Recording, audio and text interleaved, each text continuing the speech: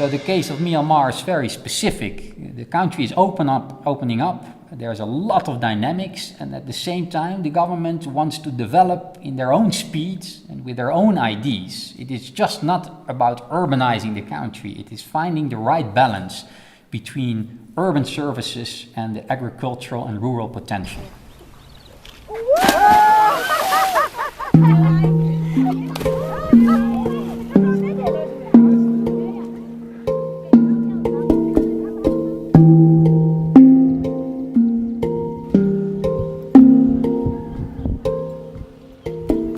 So UN Habitat has been working in Myanmar for a long time. In the last 2 years we have been developing guidelines for the Union, urban planning guidelines for the Union of Myanmar.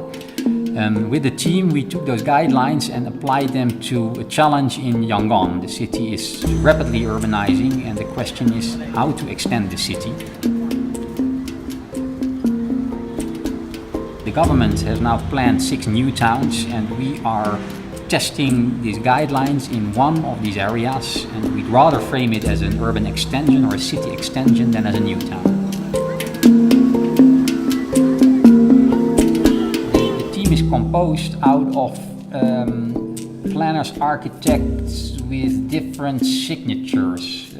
One has an experience with linking the planning to economy and finance. The other is really experienced in infrastructure and public transport development.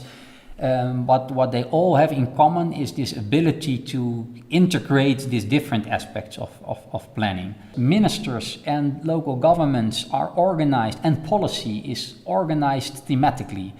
Infrastructure, housing, sewage, agriculture. And planning should integrate that. And I think this team is especially qualified in this integrative approach, and all have experience in doing large-scale plans. And the extension of Yangon, the Tacloban extension, is a huge plan.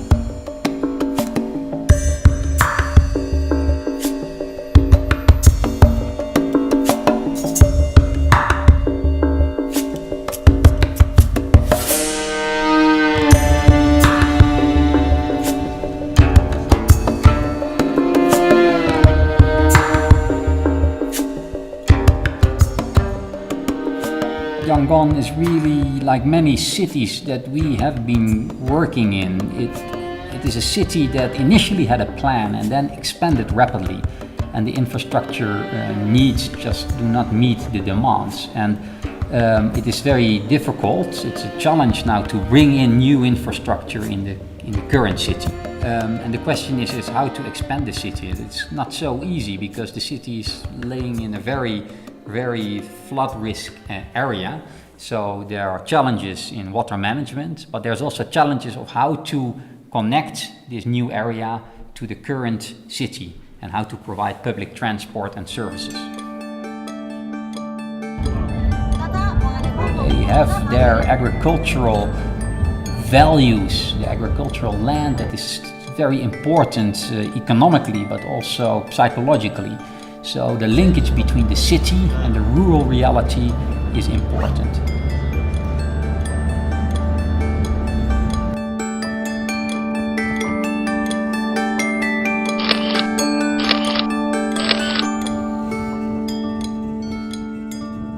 The process of the Urban Lab in Myanmar started with visiting the site in the first mission, talking to the planning agencies and other relevant agencies in the country, on the national level and on the level of the city. And then in the second mission, there we had a plan prepared and coming out of all the discussions that we had. Because many streets, as we've seen in the workshop, are still developed as rural streets or rural roads. If we develop neighborhoods, we have to think in urban street sections.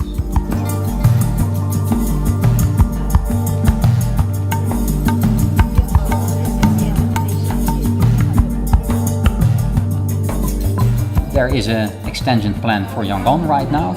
All this needs discussion, needs funding, needs commitment, and the next steps first will be to find that commitment. Why we want to have an extension just next to the capital city? We are afraid that if we don't make it quite clear to say the city ends here and here, that it will kind of grow together. We want to make a zoom in on the plan and work out this area. What ingredients are good for you to work with? What kind of things do we need to kind of show so that you can kind of bring it further? In Myanmar, there's a lot of optimism and a lot of energy to use this momentum of a new government and of a new reality to use this to develop the country.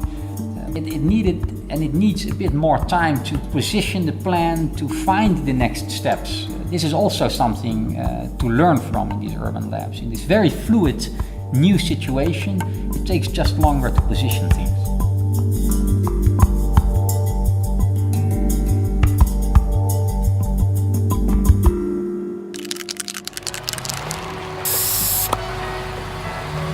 Wow.